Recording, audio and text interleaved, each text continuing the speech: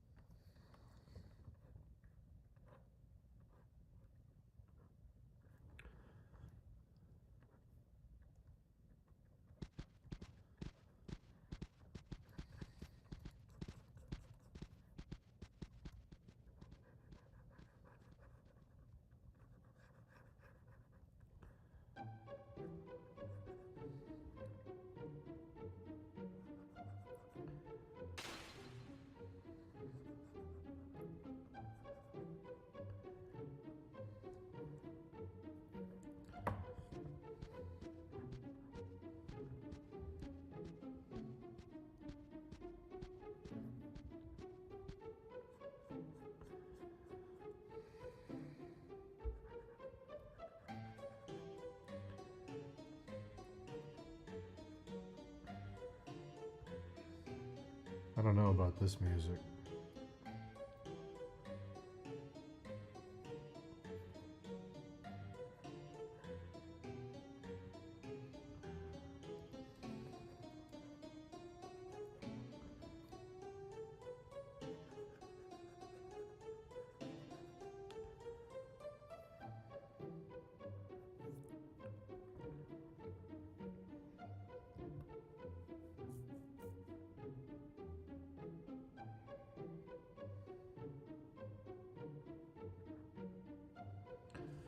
Let me see here.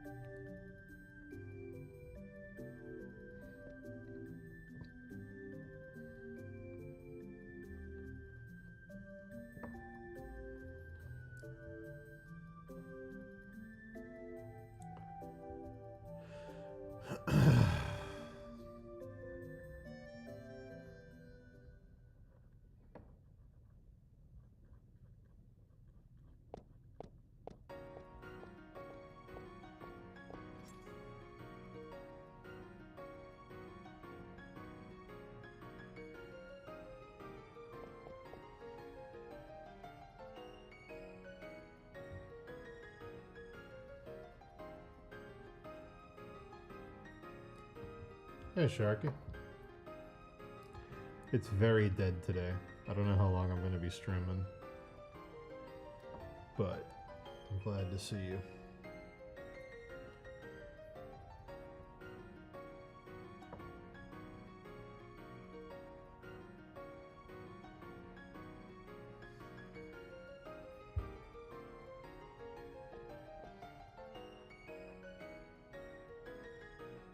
Hey, Nicholas DeLuca.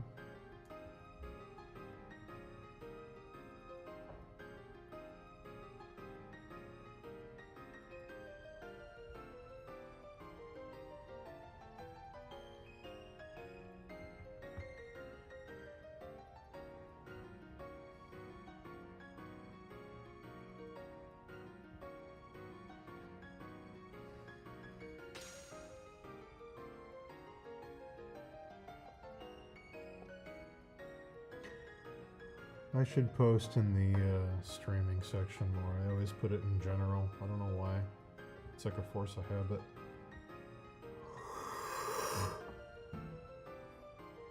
Oh, God.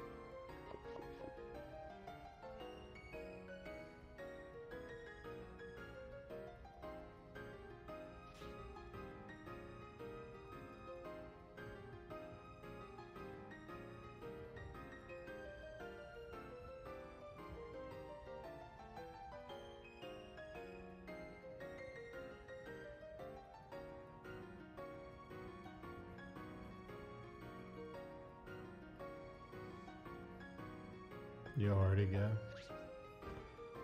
What up, Artiga?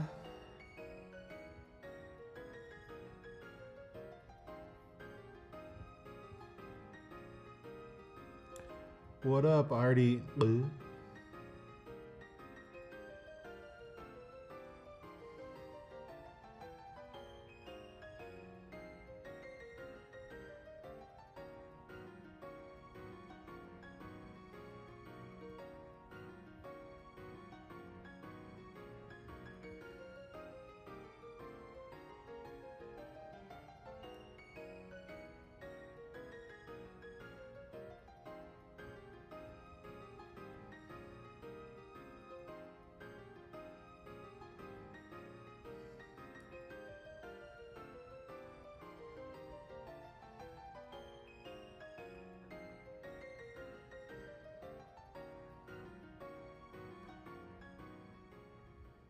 Hell yeah. Sketchbook drawing. I love it.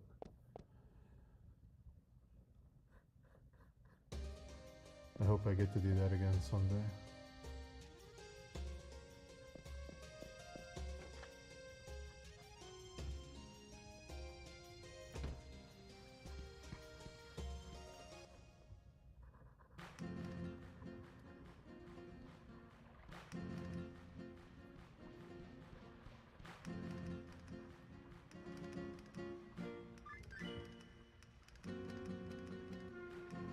Yeah.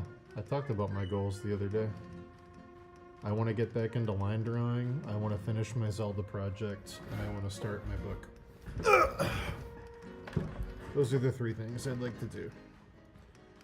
The only real goal is finishing my Zelda project. The other are just like habits.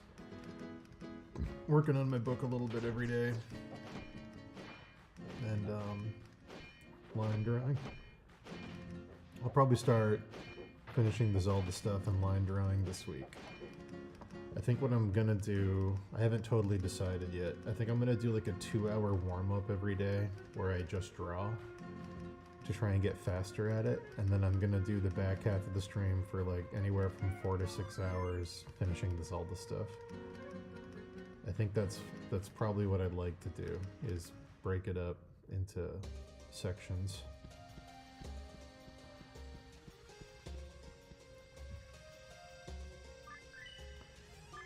No, it is not that one. I'm currently writing that one in my free time. This one is an illustrated book that is more of a kid's book. It's more art and less writing, but hopefully I can dovetail that back in with my focus on line work. That would be the goal, is to get fast enough at line work that I can illustrate that book. Hopefully 2027, maybe.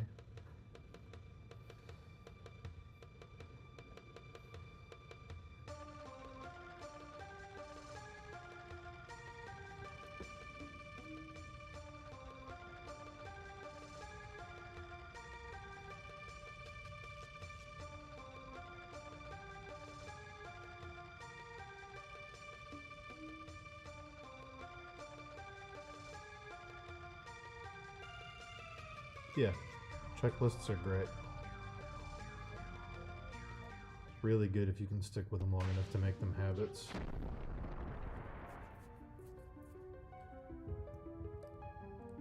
It's so funny seeing the models in this game in HD. You appreciate all the textures and drawings they put into making them look the way they did.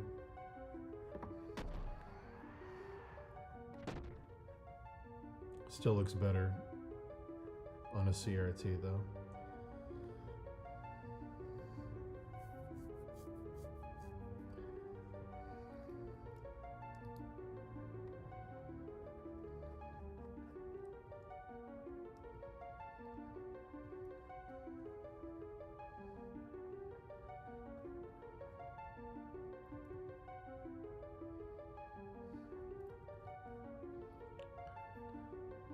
There's so much Kingdom Hearts DNA in this game. You can totally tell that the creative team that ended up making it had a big affinity for this game.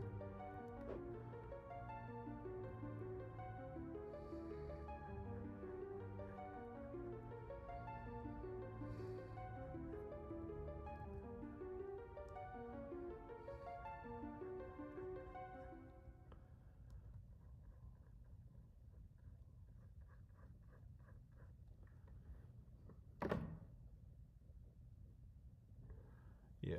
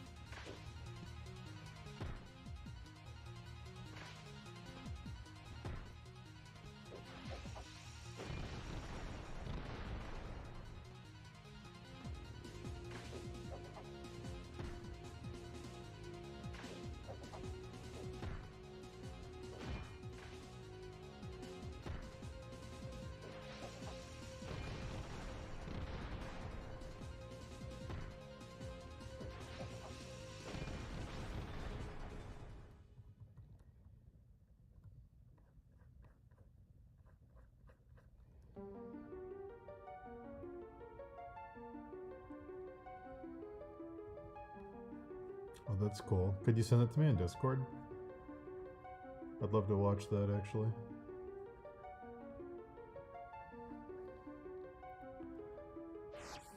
might rewatch Final Fantasy IV DS.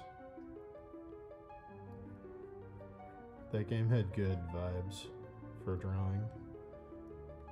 Almost as good as Metal Gear Solid 1, which I also want to rewatch. Metal Gear Solid 1 is like the perfect put it on in the background game. It's so weirdly cozy, but also stimulating and interesting. Like, it's one of the best games to leave on while you create stuff. Just a perfect blend of action, voice acting, soundtrack. It doesn't get repetitive.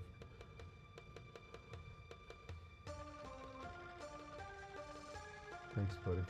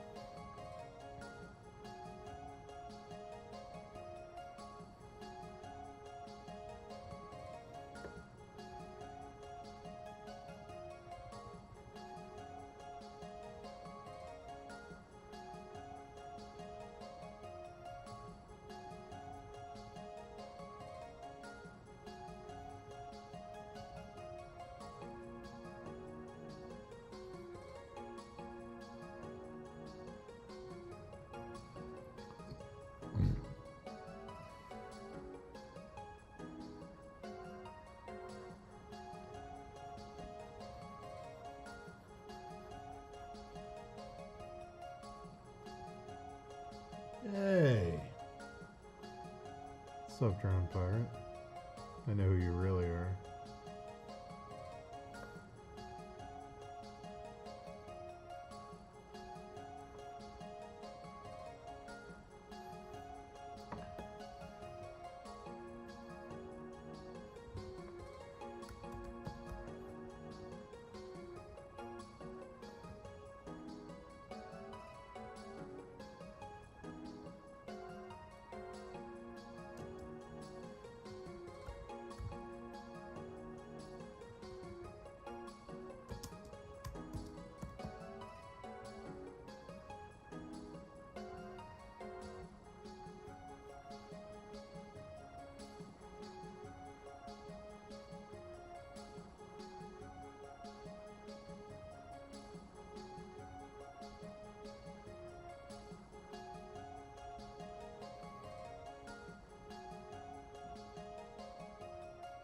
Oh yeah, I'll be streaming my drawing warm-ups. They're gonna be real bad for a while.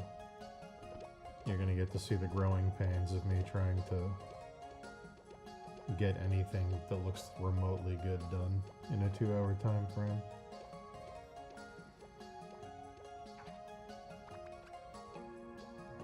I'm trying to decide if I want to buy a Cintiq. I feel like it might help with my drawing. just to have my hand on the screen. But I don't know.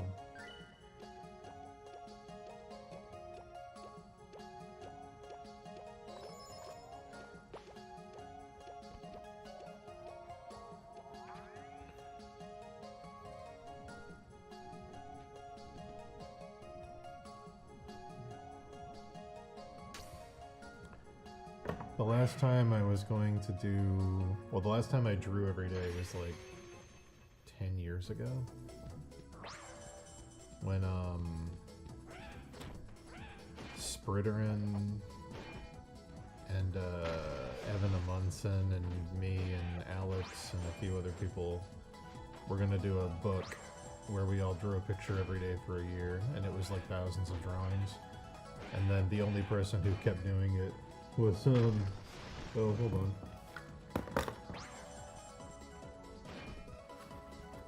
Hello? Yes. Oh, hey, what's going on?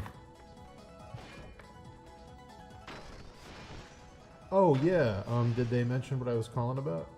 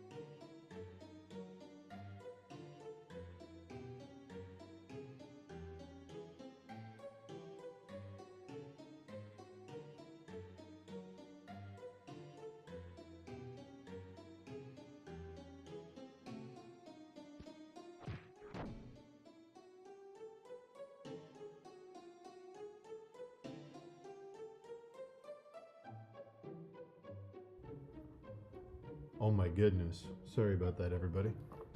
That was an antique dealer friend of mine who I was trying to call to see if they could give me an appraisal on a new piece of furniture I just bought. But they could not.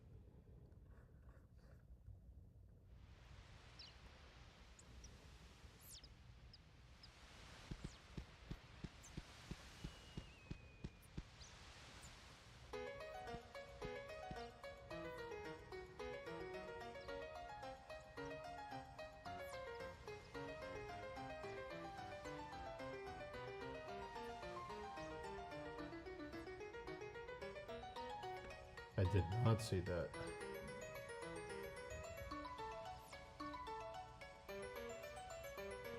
I wonder if I can drag this video into Discord. No, I can't.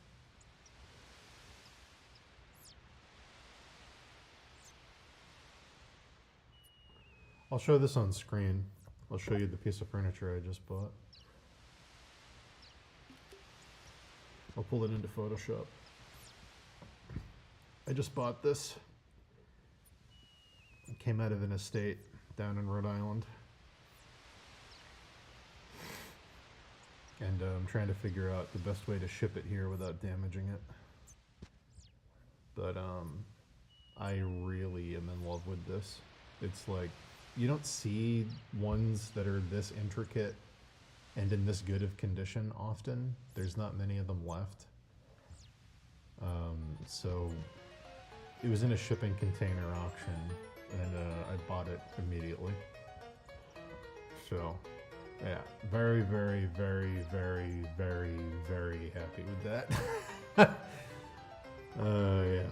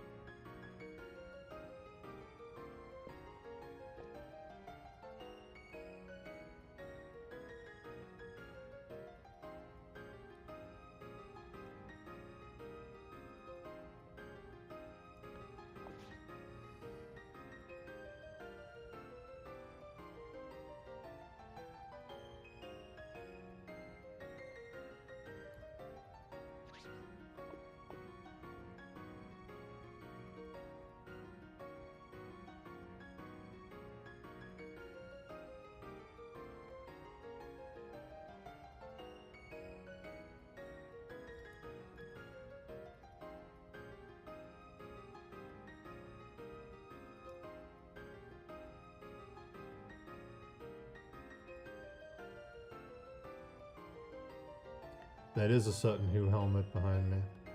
You get a good eye. You get a good eye.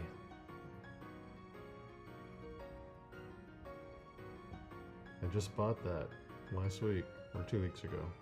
Can't remember.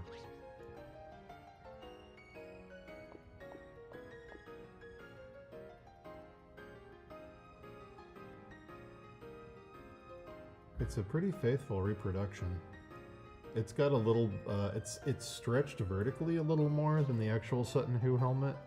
The face is more lengthened, but the carvings are actually really, really close. I was surprised that they got the patterns correct, but they didn't get the sizing correct, which is a weird change if you're gonna make a change. I think maybe they had to make it bigger because it's a company that does a lot of stuff people wear as prop armor for like LARPing and stuff.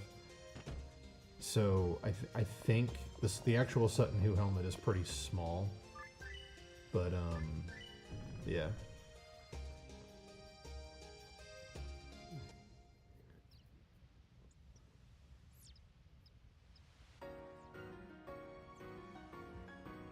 Hold on, I'll grab it. I'll show you. Please hold.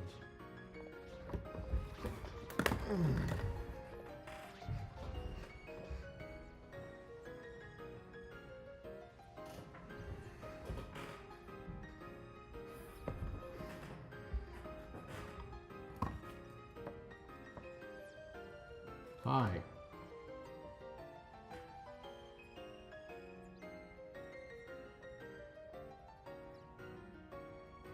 It's pretty intricate.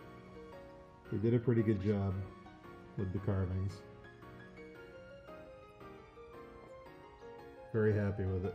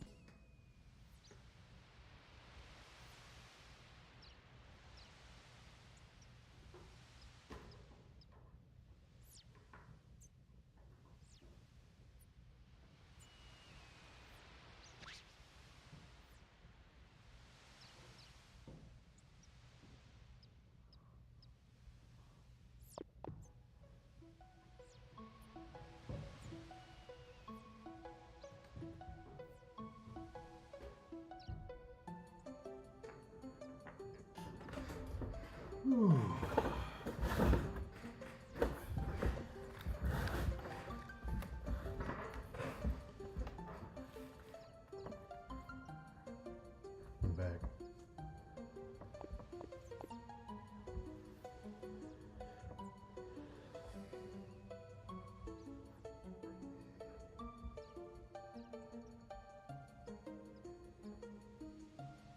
Yeah, it's very strange how shiny it is, but it's okay.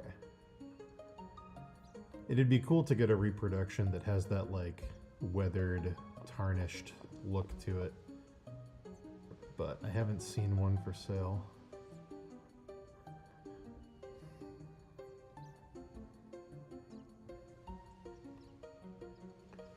It's one of my favorite historical items.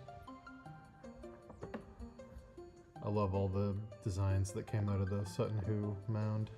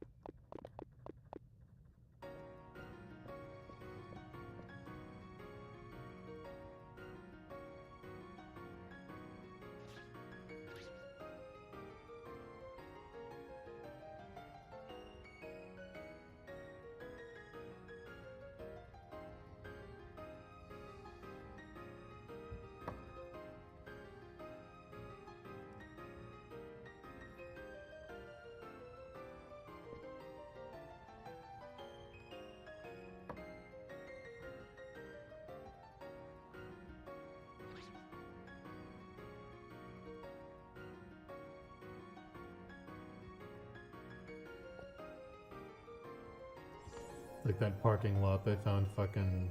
Who the fuck was it? Richard the Lionheart or something? Some parking lot in England where they found just a fucking king buried under it.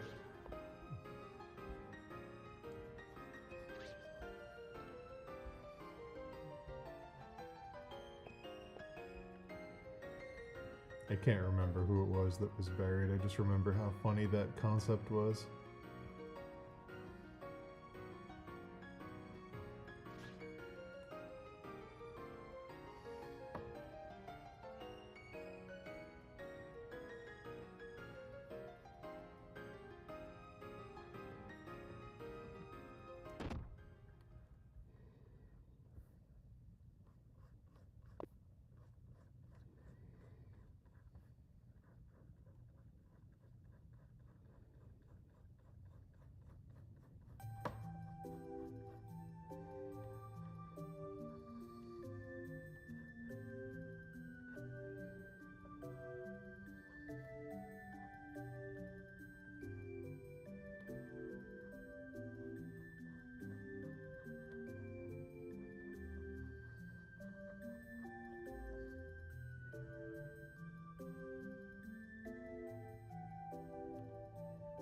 Oh, was it really?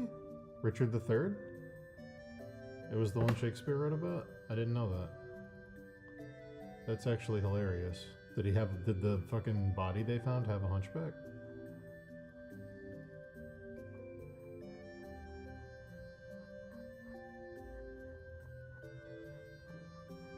That's kind of incredible.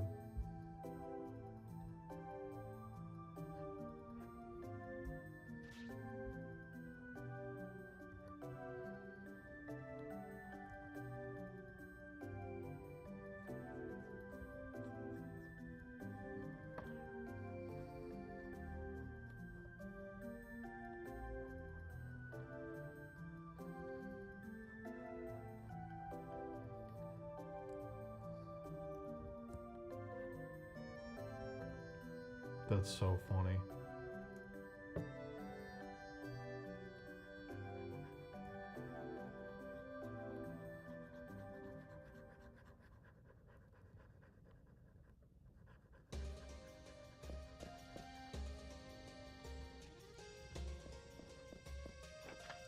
So many of those historical deformities are just bullshit, because like people didn't like the person, and after they die, stuff just spreads that makes them look bad. So it's funny when certain ones get confirmed. Yeah.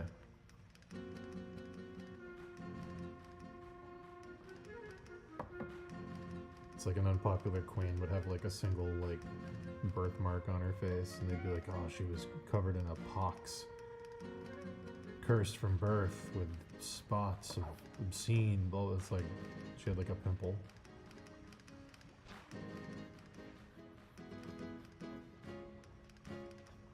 It was one of my favorite things in Game of Thrones, in the books and the show, when the stories here about Tyrion. He's like a insane, deformed monster with like a dragon tail, and like then they meet him in person and they're like, oh.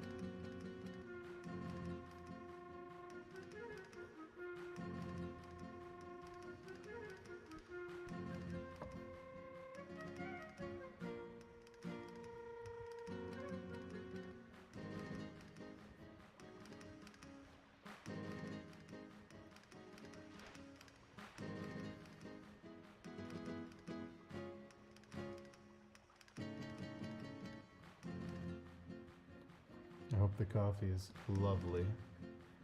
I'll be live for a little bit longer, and then I'm probably gonna go do some house cleaning because it is a Sunday, and that's what Sundays are for.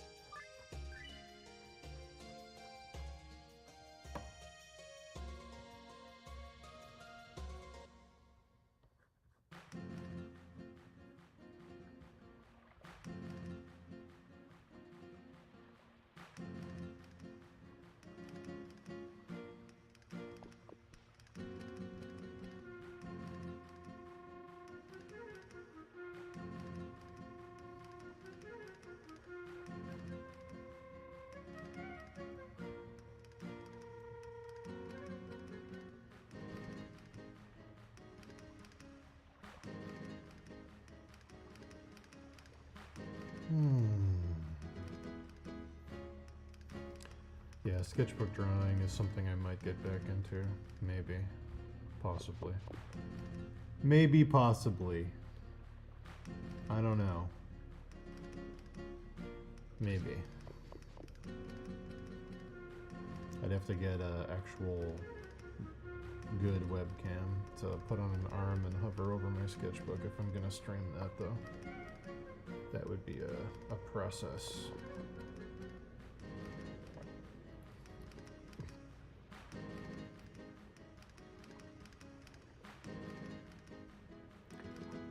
Don't suppose I have any viewers in Venezuela, do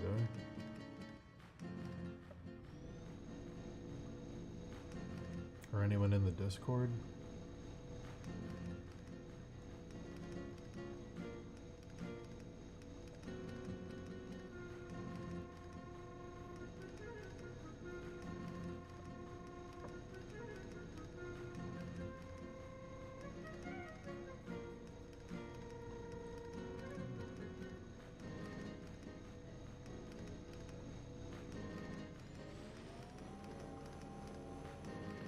The last two are about the haunted house in the sealed room. Have I told you the story about my aunt's house with the ghost who looks out the window? Have you heard that one? I could tell you that one.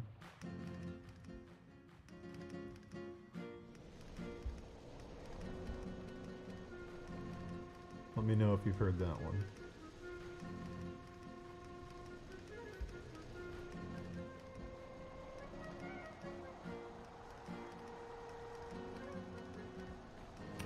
So this is a true story.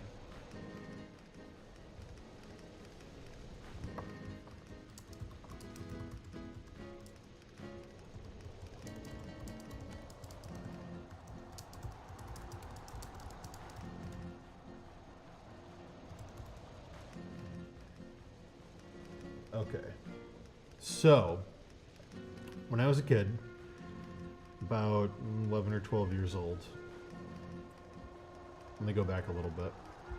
I have an aunt, or had an aunt, who's a great aunt, my grandmother's sister, whose name was Leslie, who was very weirdly sensitive to things. I don't know, I don't really have a strict belief set when it comes to weird mysticism stuff, but a few things I can tell you that are true are when I got in a really bad car accident later in my life, nobody in my family knew, and my Aunt Leslie called my mom at 2 in the morning and said, Dan's been in a really bad car accident, he's alive, but you need to find where he is.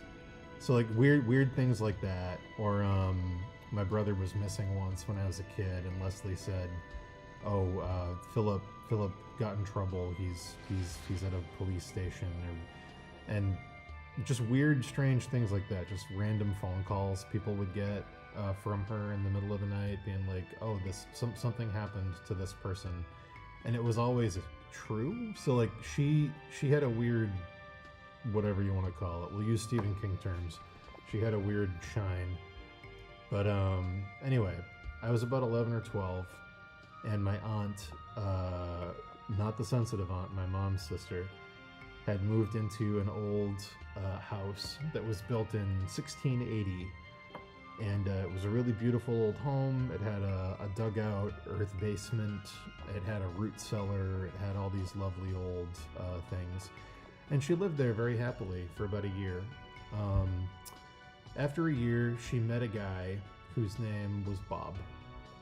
And Bob, after they met, decided he was going to move in with her. And, you know, he was kind of a freeloader, weird hippie guy. He moved all of his stuff in, and because there wasn't a ton of space in the house, there was nowhere to put his personal library. So he put all of the bookshelves and all of the books in the living room, but he blocked the windows because there wasn't enough wall space. He put the bookshelves in front of the windows and blocked the window and put all his books in them and, you know, whatever. So the night they did that, at my house, I remember this very distinctly. At about 3 a.m, the telephone rang. My home, you know, cord telephone that my parents had when I was a kid rang. And I was the one that woke up, and I picked it up, and it was my aunt, and she said, "Hey, did your mom come over here? Is everything okay?" And I said, "No, my mom's asleep upstairs. I can go check if you want." And she was like, "Yeah, please do." So I woke my mom up. My mom came down, got on the phone, and her sister said that someone woke her up because they were calling her name. They were going, "Melissa, Melissa," up the stairs. And she woke up, and she said she heard her name being called. She didn't know what that was about. She thought it was my mom. She thought my mom needed her, and she came over in the middle of the night to wake her up. So we said, "No, you must have been dreaming. That's weird, whatever." Left it alone. About a week later, again, at about 3 a.m, my aunt called us and said, "Hey, it's happening again. I just have to, you know, I know it wasn't you last time, but I have to double check, like, you know, what's going on? Is everything okay? Did anyone come over here? Did anyone call me?" We said, no, we don't know what that's weird. So anyway, for a couple months after that, my aunt would randomly say, "It happened again last night. I woke up and I heard a woman calling my voice from the bottom of the staircase in the house. And I go down and there's nobody there." And she says, "It keeps happening. It's like this recurring dream that I'm having." And we were like, "That's very strange, you know, whatever." And ooh. So anyway, like I said, we flash forward a few months.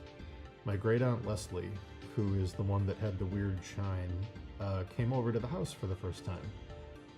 She drove out from Western Massachusetts, where she lived, and went to Melissa's house for the very first time. And when she went in, she immediately kind of had a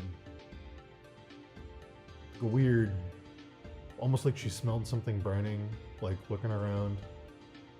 And she wandered into the living room and started mumbling, and like she was having a conversation. And this is so weird. I was here for all of this. This is all true, I promise.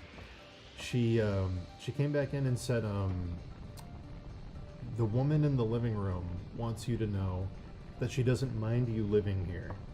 She doesn't mind that you're here, but this was her house a long time ago, and she still thinks it's that year. She still thinks it's the 1600s. And she says that her favorite thing to do is, while she's working, to look out the window and see the carriages go by, and or wagons go by, or whatever." And so my aunt, who had bought the house, was like, "I'm gonna need more proof than that." And she was like, "Well, she wants you to know that she's very sorry, that she knows she's woken you up a few times calling your name, and she wants you to know she's very sorry, but she'd like to know if you could please move the bookshelves away from the windows because she can't see outside anymore." And she said, my aunt said, "I'm going to need more evidence that, you know, like, can you give me anything to make me believe this?" And my great aunt went back in the room and sat down and just kind of looked like she was listening and nodding her head, and came back in and said, "Okay." Her name was Bessie. And I think it was Bessie. It was either Bessie or Goody. It was a very old school name. And she said, "This house used to be the post office." So my aunt's house currently is next door to what's now the post office. She said in her time, this was the post office, and back then they also kept the dentist and the barber where the post office was for people passing through the town.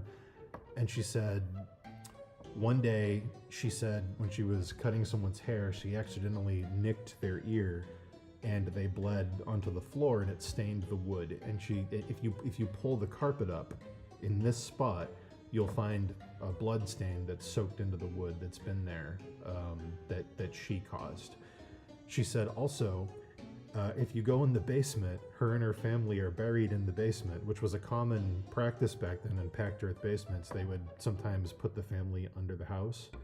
And she was like, in the packed earth basement on the far wall, if you dig through there, you're gonna find headstones that are under the packed earth floor that have been built over time. And so anyway, my father went to the town hall and pulled all the records he could get about the house, found out that it was actually the old post office, and that a woman by that name did live there at one point, and that it was also a barber shop. Me and my brother pulled the carpet up off the floor, and there was a blood stain. And my aunt went into the basement and excavated part of the wall and found the headstones. So, all of that. I experienced all of that.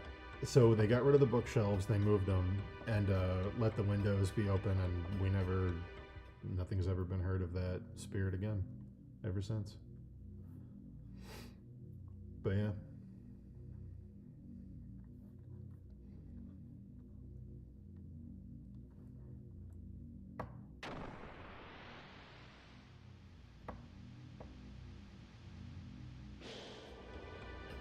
I still remember pulling the carpet up with my brother and the feeling of seeing the blood stain on the wood and being like, what? What?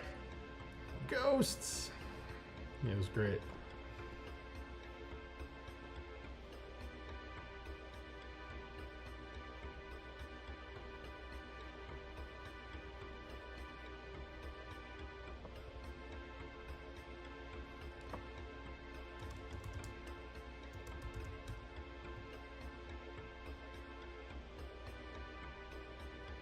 No problem.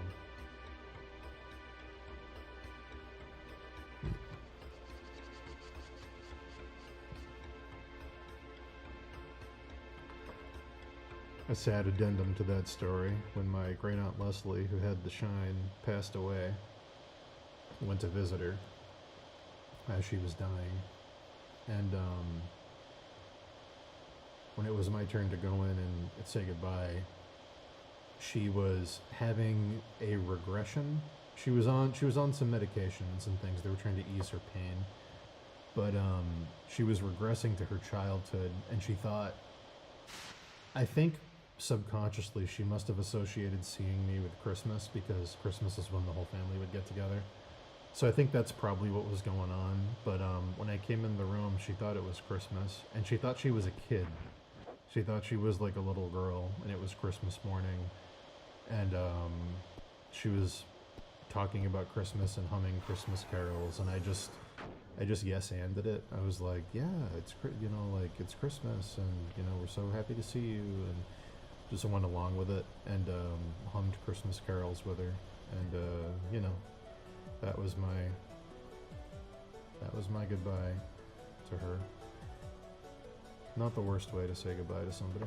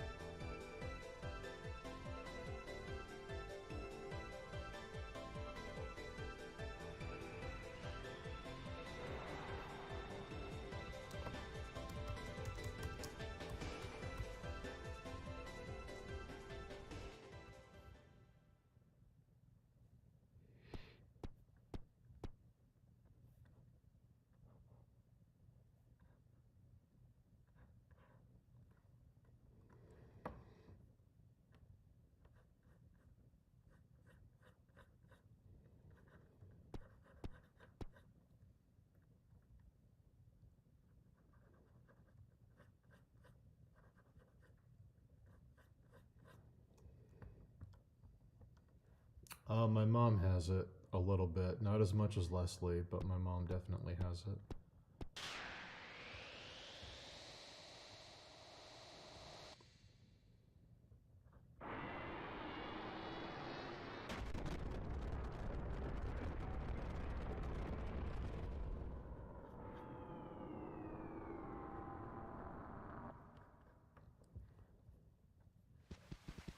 My grandmother had weird ghost stories too, but she wouldn't talk about them. She was like scared of them.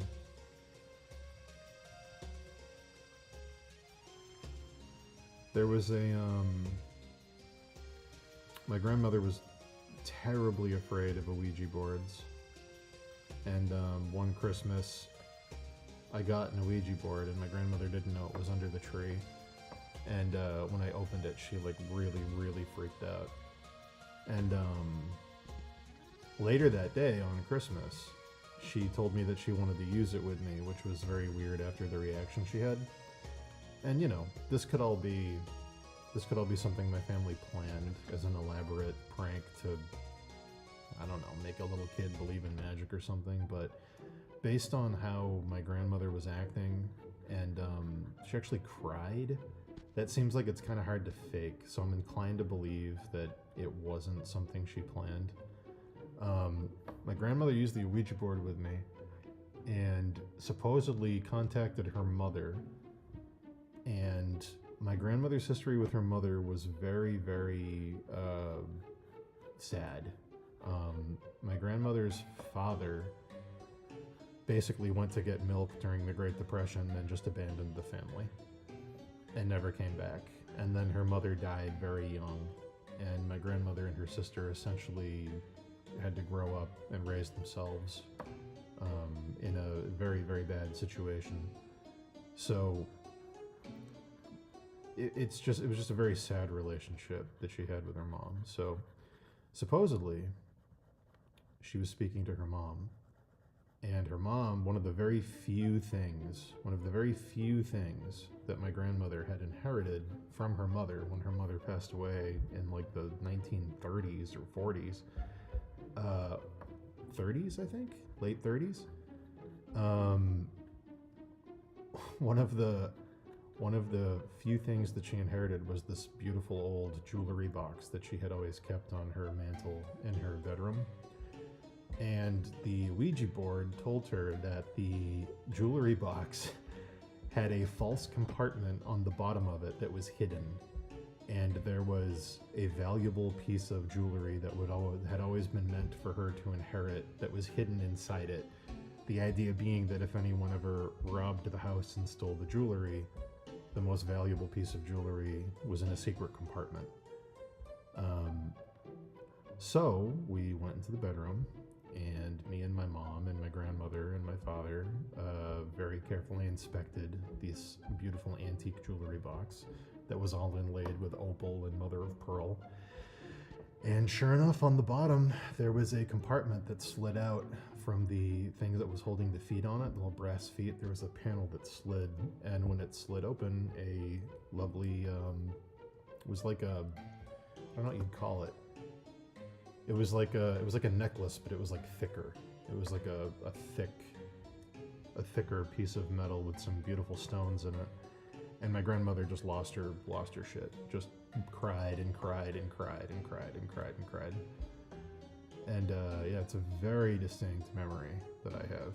And then she told me to never bring the Ouija board back in her house ever again.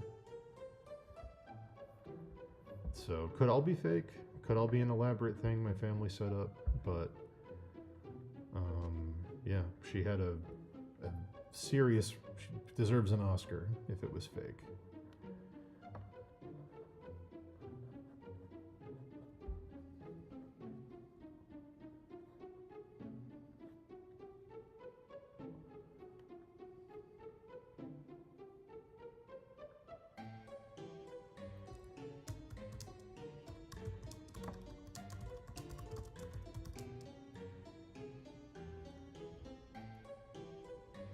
Yeah, that's why I don't think it's fake, personally.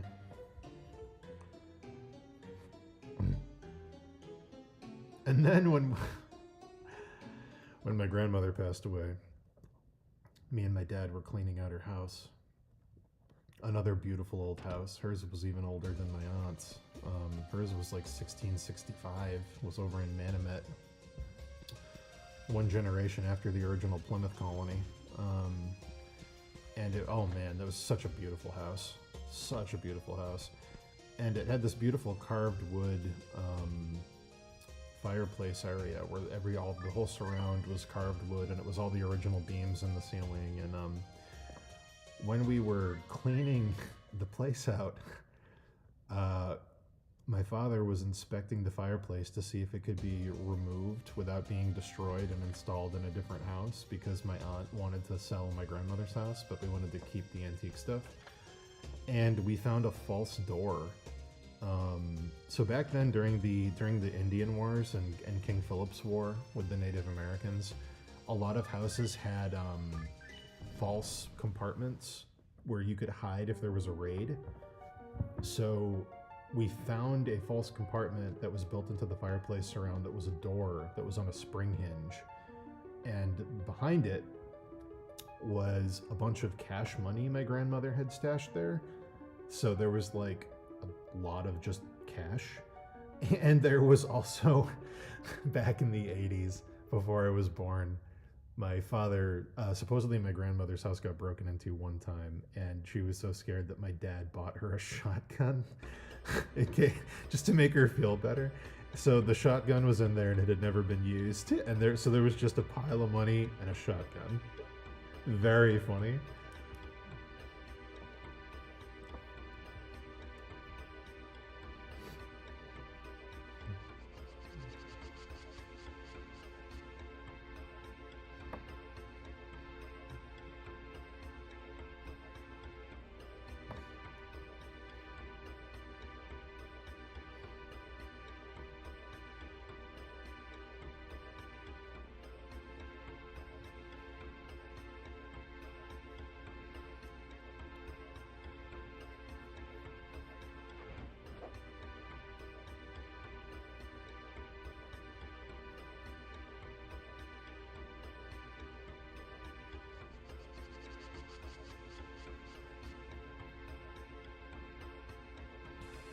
Another 15 minutes, I'm probably going to end the stream and go do some cleaning.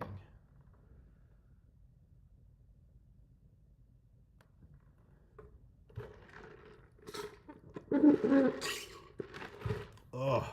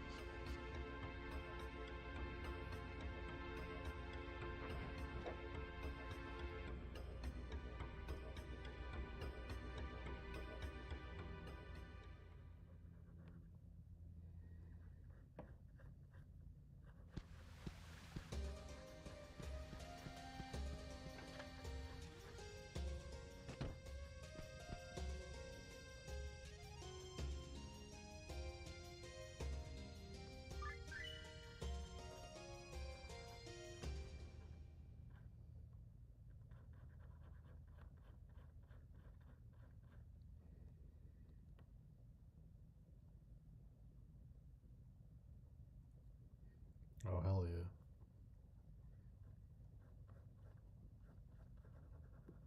It's your duty to go find the story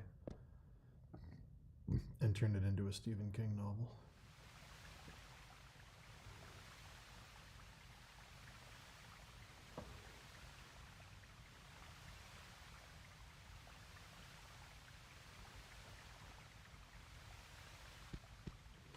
There's a lot of spooky history in this part of the country. I remember being surprised when I learned that at the end of King Philip's War, King Philip was a Native American. The Christians gave him the name Philip. He was a Native American king of the Wampanoag people, and they had a magic belt that was passed down in their tribe called the wampum belt. I think wampum's technically a material, maybe, but the belt was a woven thing that told the story of their people, and it was handed down generation to generation, and new things were added to it. And when King Philip was killed, it was handed down to his daughter, who then became essentially the princess of that, collection of Native American tribes. And she was captured after what was called the Swamp Battle at I think it was Fort Hope, out in the middle of a swamp in Rhode Island, where they finally, the conflict came to a head, and the Wampanoag didn't win. Spoiler alert. But King Philip's daughter was taken hostage, and the judge who presided over her capture and trial stole the wampum belt from them and took it from her to shame her. And that judge who presided over that essentially kidnapping and theft later went on to become a judge in the Salem witch trials. I think it was Hale. If I have my history right, I think it was Judge Hale. So he was somehow involved with both of those things, just because he was a New England judge during that time period. I hope I'm not getting any of that wrong, but yeah.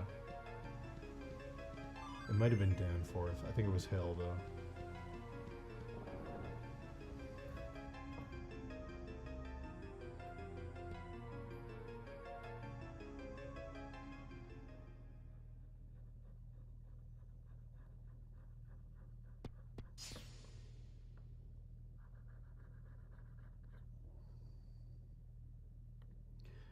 Supposedly, the ghost of King Philip can be seen on what's called Metacomet's throne, which is a place in Mount Hope, Rhode Island.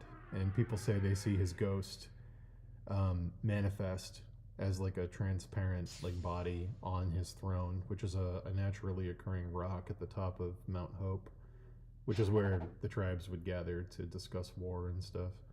And they say that he walks from his throne down to the beach, and when he gets to the ocean, he disappears.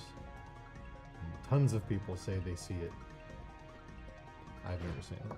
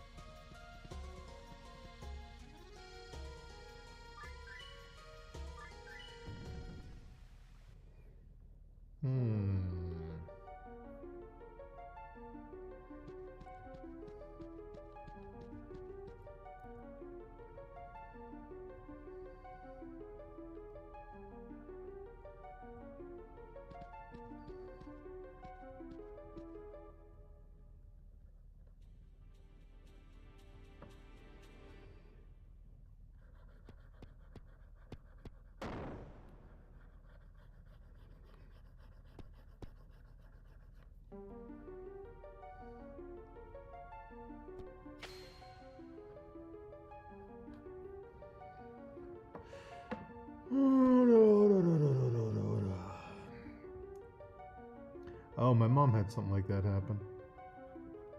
She said she was fast asleep and she woke up, and right next to her ear, she heard somebody say her name, just go, Jane. And then she wouldn't sleep in her room for like a long time after that. Jane.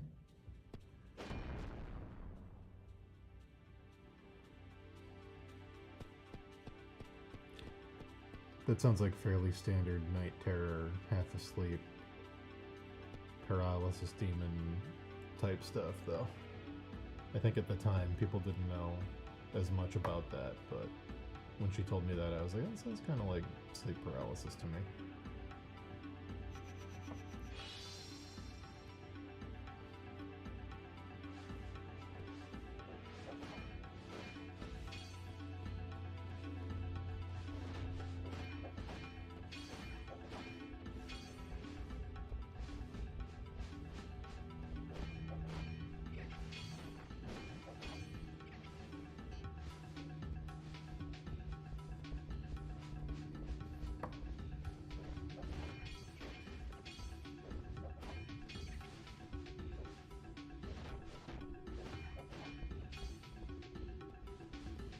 How do I explain it? I don't explain it.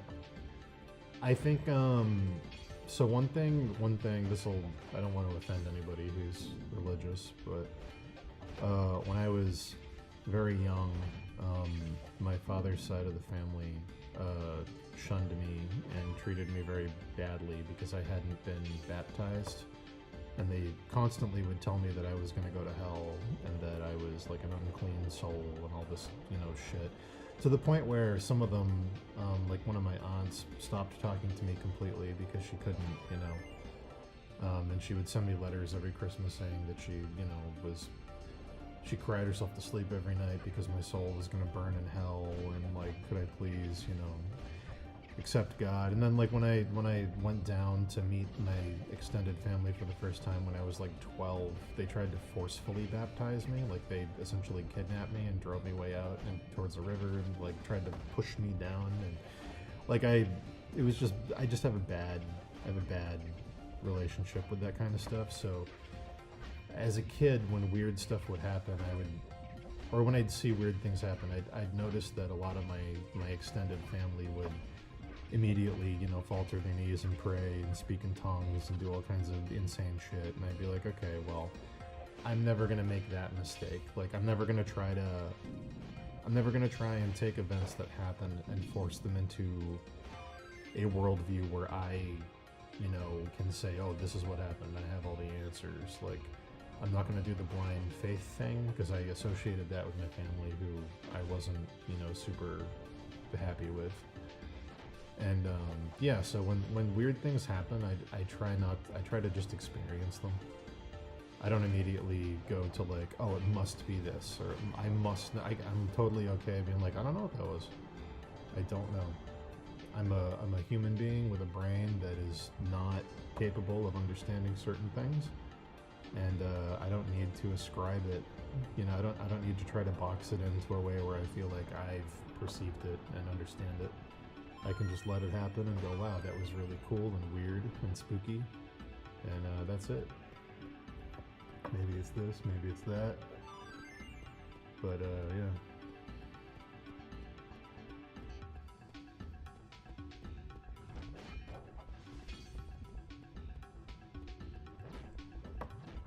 I know I took all the time to paint that chainmail, but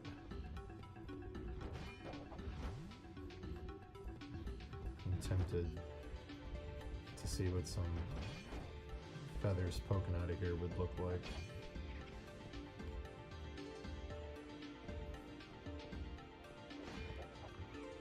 I think I might have to do that, actually. Which is a shame, because I did paint all that chainmail.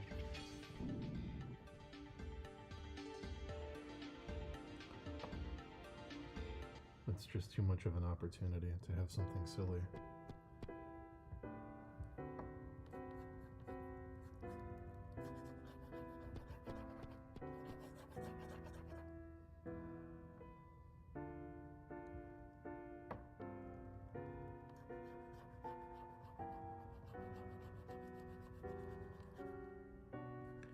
it's okay to not have answers.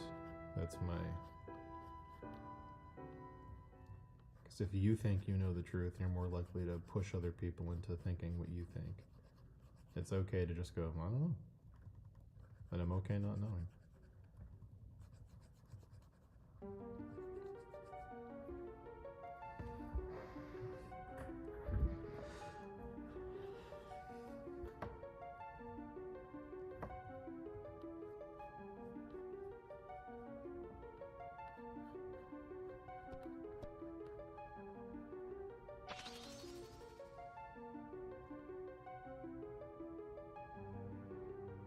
Yeah.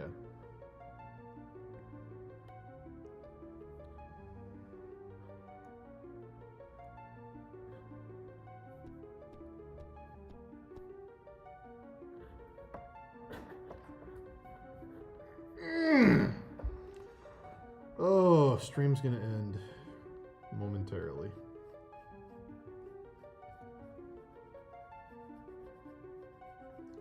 I might come back later today, I'm not sure, but thanks to all of you who hung out for this short stream. I'm definitely gonna put feathers here. This is definitely what I want to do. They're gonna look like shit for a minute. I'll come back and render them later. Yeah, that's what I want.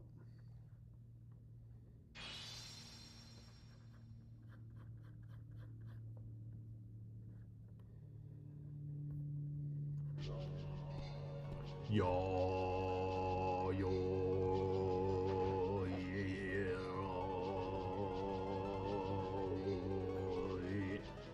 All right. Bye, everybody.